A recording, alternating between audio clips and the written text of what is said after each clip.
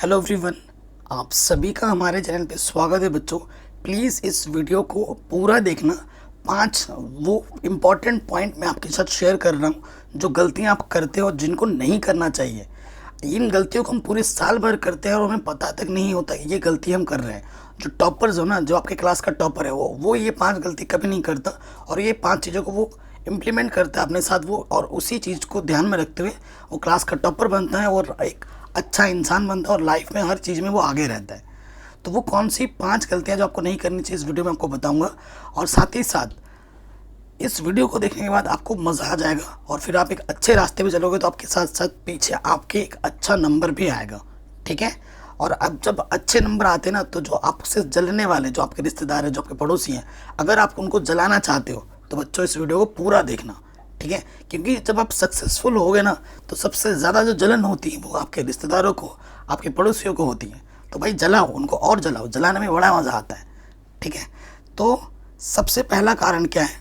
देखो बेटा, अगर हम स्टूडेंट हैं, हमें अगर पढ़ाई करनी है, हमें अगर अच्छा नंबर लाना है, हमें अगर अच्छा ज्ञान प्राप्त करना है, तो उसके सबसे बड़ा जो बाधा होता है हमारे राह में वो होता है डिस्ट्रैक्शन। डिस्ट्रैक्शन क्या है? मतलब हमारे मन में गंदे गंदे ख्याल आते हैं। ठीक है। हम गलत आदतों में पड़ जाते हैं, गलत संगति में पड़ जाते हैं। आपका दोस्त बोल रहा है चल खेलने चलते हैं, आज स्कूल बंक करते हैं, आज क्लास नहीं करते। अरे क्या करेगा पढ़ाई करके, कल पढ़ लेंगे, परसों पढ़ लेंगे, अभी बहुत टाइम है। ठीक है। फिर बोलेगा पबजी खेल लेते हैं, चल क्रिकेट खेल लेते हैं, ठीक है ना, चल उसके पीछे जाते हैं। ठीक है। तो ये सब है आपके डिस्ट्रैक्शन, इन सब में कुछ भी नहीं रखा है। ठीक है। एंड एट द एंड आपको ये चीज़ गलत रास्तों की तरफ ले जाएगा, आपका फ्यूचर ही बर्बाद करेगा। आप दिन में 20-20 घंटे पढ़ाई करो, अगर आपका मन भटकेगा कि मुझे यहाँ पर मैसेज करना है, मुझे यहाँ पर खेलने जाना है, मुझे ये करना, आपके मन में जब दुनिया भर की चीज़ें चलती रहेंगी तो आप जितना भी पढ़ाई कर लो वो सब वेस्ट है, वो सिर्फ दिखावा है, सच में पढ़ाई नहीं है। तो अपने मन को शांत रखना है, जितनी भी डिस्ट्रैक्शन है उनसे दूर रखना है, गलत संगीत है उससे दूर रहना है, जो अच्छे दोस्त बनाने हैं, जो आपको अच्छी रास्ता आप पे ले चलें। हमेशा पढ़ाई नहीं, मैं ये नहीं कहता दोस्त ऐसे बनाओ तो दिन भर पढ़ाई की बातें करें, नहीं, हर चीज़ ज़रूरी होती है, खेल कूद, ठीक है, थोड़ा बहुत, हर चीज़ सही है अपनी जगह, लेकिन कोई चीज़ ओवर से बाहर नहीं होनी चाहिए। ठीक है। हर चीज़ का अपना टाइम होता है, हर चीज़ का अपना समय होता है, ये पहला चीज़ है। तो जितने भी डिस्ट्रैक्शन आपके रास्ते में आ रहे हैं उसको साइड रखो और अपना फोकस हमेशा रखो पढ़ाई पर। जब भी आपका पढ़ने में मन, टीचर जो पढ़ा रहा है उसको अच्छे से समझो। ठीक है। जब आपका फोकस सही हो जाएगा ना, तो आपका सब कुछ सही हो जाएगा, आपको बहुत घंटे पढ़ने की ज़रूरत नहीं पड़ेगी। स्कूल में जो पढ़ाया आपने, यूट्यूब से जो देखा, एक बार में समझ गए ना तो फिर बात ख़त्म, फिर आपको ज़्यादा पढ़ने की ज़रूरत नहीं पड़ेगी। मुझसे पूछो यार, मैं सिर्फ स्कूल में पढ़ता था, टीचर मुझे जो भी समझाता था मैं समझ आता था, और घर पे आके मैं थोड़ा बहुत ही पढ़ता था, लेकिन फिर भी मैं स्कूल का टॉपर था। क्यों? क्योंकि जब भी मैं पढ़ने बैठता था मेरा मन एकदम एकाग्र शांत होता था। भले ही मैं थोड़ा टाइम पढ़ता था, लेकिन जो भी पढ़ता था सॉलिड पढ़ता था और वो पूरा समझ में आ जाता था।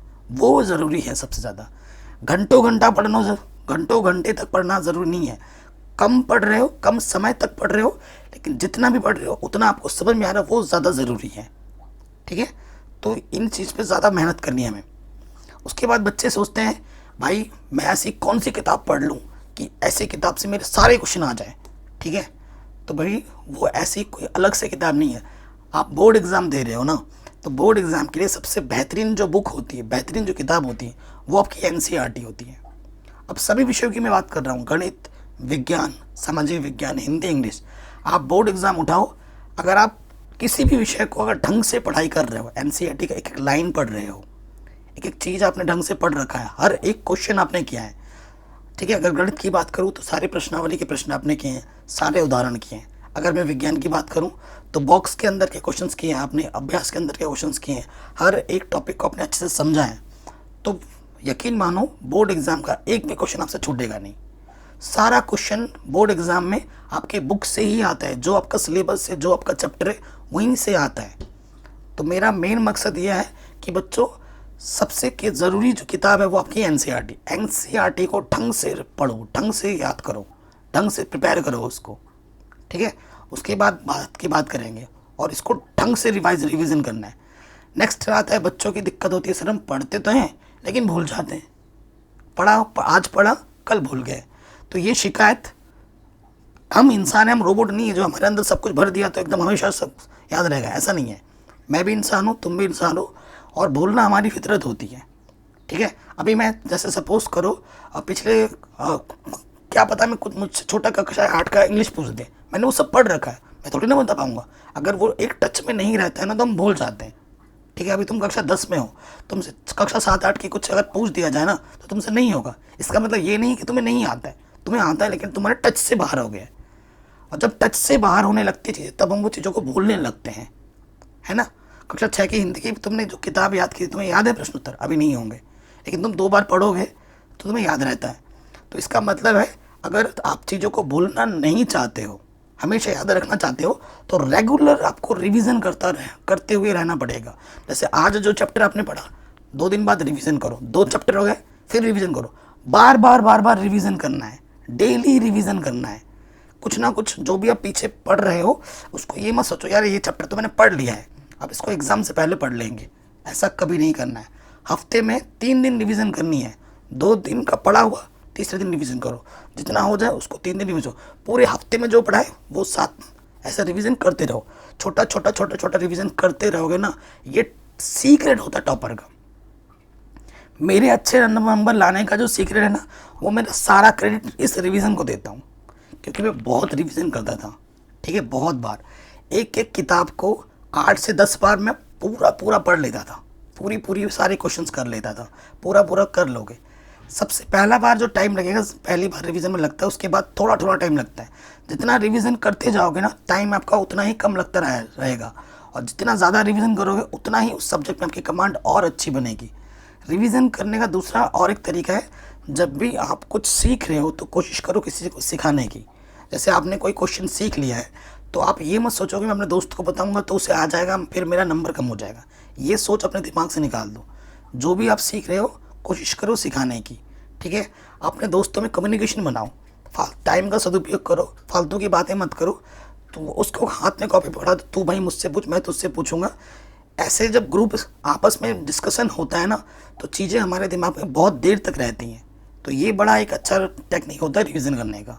ठीक है, इसको भी अपने लाइफ में अप्लाई करो, और मेडिटेशन ज़रूर करो कम से कम 5 से 10 मिनट। जब भी आप कहीं पर जा रहे हो, आ रहे हो, टहल रहे हो, तो आपके दिमाग में पढ़ाई की बातें चलनी चाहिए। ये नहीं कि भाई मुझे यहाँ जाना है, मुझे इसको मैसेज करना है, मुझे यहाँ खेलने जाना है। दुनिया भर की फालतू चीज़ें मत सोचो।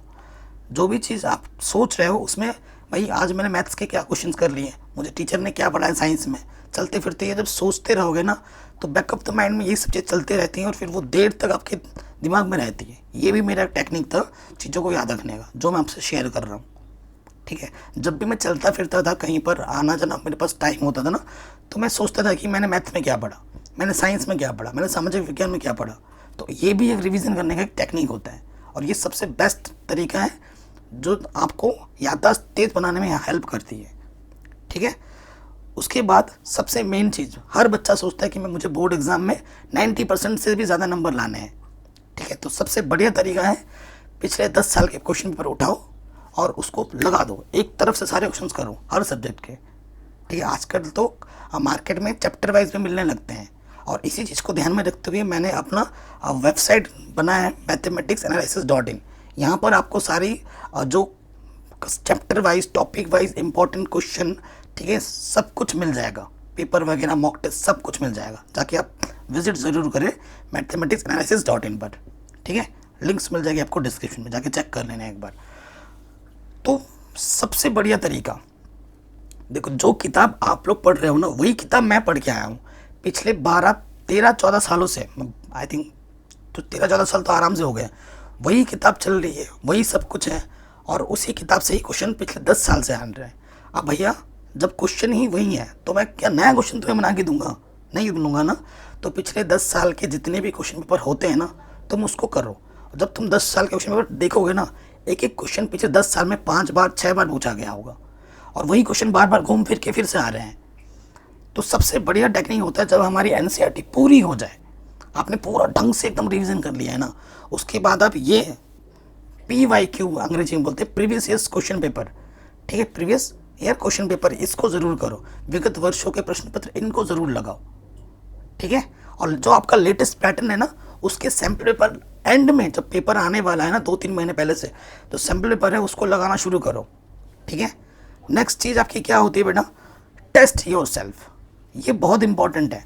बच्चे ना टेस्ट नहीं देते हैं। आपको नियमित अंतराल पे, कम से कम महीने में 15 दिन में टेस्ट ज़रूर देना है, मैथ का, विज्ञान का, हर सब्जेक्ट का। और हमेशा लिखते हुए पढ़ाई करनी है। कई बार ऐसा होता है ना कि हमें सब कुछ आता है, हम एग्ज़ाम में जाते हैं, हमें टाइम कम पड़ जाता है। क्यों? अरे सर थोड़ा 15 मिनट ज़्यादा होता, 20 मिनट ज़्यादा होता तो मेरा पूरा पेपर हो जाता। तो ये हमें टाइम की कमी पड़ जाती है। क्यों? क्योंकि हमारी लिखने की स्पीड कम होती है। स्पीड कम होती है क्योंकि हमने उसके लिए पहले से तैयारी नहीं की है। तो देखो, इस चीज़ से अगर आपको उबरना है ना, तो आपको रेगुलरली टेस्ट देना पड़ेगा। इससे क्या होता है कि नए नए क्वेश्चन का हमें प्रैक्टिस होता है। जो क्वेश्चन नहीं आता है वो अगर टेस्ट दोगे तो आप उसकी तैयारी करोगे, उससे एक तो आपका रिवीजन होगा, उसके लिए आप मेहनत करोगे, तैयारी करोगे। साथ ही साथ कुछ क्वेश्चन अगर नए भी आ रहे हैं तो सपोज करो वो तुमसे नहीं हुए, तो फिर एंड में वो टीचर तुम्हें बताएगा। ठीक है, उस टाइप का क्वेश्चन तुम देखोगे अपने दोस्तों से, भाई कैसे हुआ मुझे बताओ। तो इससे तुम्हारी तैयारी अच्छी होगी। तुम्हें टाइम का पता लगेगा कि कितने टाइम में कौन सा क्वेश्चन हो रहा है। तुम्हें तुम्हारी गलतियों का पता लगेगा कि क्या गलती तुमसे हो सकती है। अब तुमने कभी टेस्ट नहीं दिया है, कुछ नहीं दिया है, डायरेक्ट तुम एग्जाम में चले गए और तुमसे गलती हो जाएंगी, होगी ही होगी। ये गलतियाँ सिर्फ सीख लेने का बेस्ट तरीका है, आप एग्ज़ाम से पहले रेगुलरली टेस्ट दो। ठीक है, चाहे वो टेस्ट आप मुझसे ले रहे हो, या अपने भाई से ले रहे हो, ट्यूशन टीचर से ले रहे हो, स्कूल में दे रहे हो, देना ज़रूर है। ये नहीं कि मैं स्कूल नहीं जाऊँगा, आज टेस्ट है, क्या जाना है यार, फालतू में पढ़ाई वढ़ाई तो नहीं होगी, ऐसा सोच कभी नहीं रखना है। टेस्ट, एक टॉपर का जो टेस्ट होता है ना, और टॉपर का जो सीरियस होता है, वो टेस्ट जरूर देते हैं भाई। जो यूपीएससी, जो आईएएस पीसीएस बनते हैं ना, वो पैसे दे के टेस्ट देते हैं, मॉक टेस्ट जिसे बोला जाता है। पैसे देते हैं, टेस्ट पेपर आता है, टेस्ट देते हैं, उनको नंबर मिलता है, अपने आप को जांचते हैं, परखते हैं कि मैं कितने पाने में हूँ, कितने टाइम में कितने क्वेश्चन हो पा रहे हैं। मॉक टेस्ट होता है पैसे देकर। क्यों? आईएएस पीसीएस लोग, इतने बड़े बड़े अधिकारी जो बनते हैं, वो भी रेगुलरली मॉक टेस्ट देते रहते हैं। एक साल में 60 70 मॉक टेस्ट देते हैं। क्यों? अपने आप की तैयारी को जांचने के लिए, टाइम मैनेजमेंट सीखने के लिए, गलतियों से उनसे क्या हो पा रहा है। ठीक है, ये सब बहुत ज़रूरी होता है। अगर आप सच में अच्छा स्कोर करना चाहते हैं तो रेगुलरली आपको टेस्ट देना होगा। ठीक है, और इन 5 बातों को अगर आप अपने लाइफ में अप्लाई करते हैं, मैं फिर से स्टार्ट करता हूँ। नंबर 1 आपकी आती है डिस्ट्रैक्शन। ठीक है, नंबर 2 आपकी एनसीईआरटी बुक है। नंबर 3 आपको रेगुलरली रिवीजन करना है। नंबर 4 आपका प्रीवियस क्वेश्चन पेपर, जो कि बहुत ज़रूरी है। और नंबर 5 टेस्ट योरसेल्फ। इन चीज़ों को अपने लाइफ में अप्लाई कीजिए। आपको एग्ज़ाम में फोड़ने से किसी का बाप भी नहीं रो सकता। और आपके लिए मैं तो हुई, जो चीज़ आप बोलोगे उसके लिए हम तैयारी करेंगे। ढेर सारे कंटेंट आपको देंगे, वीडियो लेक्चर्स देंगे, एंड इंपॉर्टेंट पीडीएफ की लिंक्स भी आपको वहाँ पे मिल जाएगी। डिस्क्रिप्शन ज़रूर चेक कीजिए और इस वीडियो को हर जगह शेयर करना है। जय हिंद, मिलते हैं नए वीडियो में। ठीक है, शेयर ज़रूर कर देना और कमेंट ज़रूर कर देना।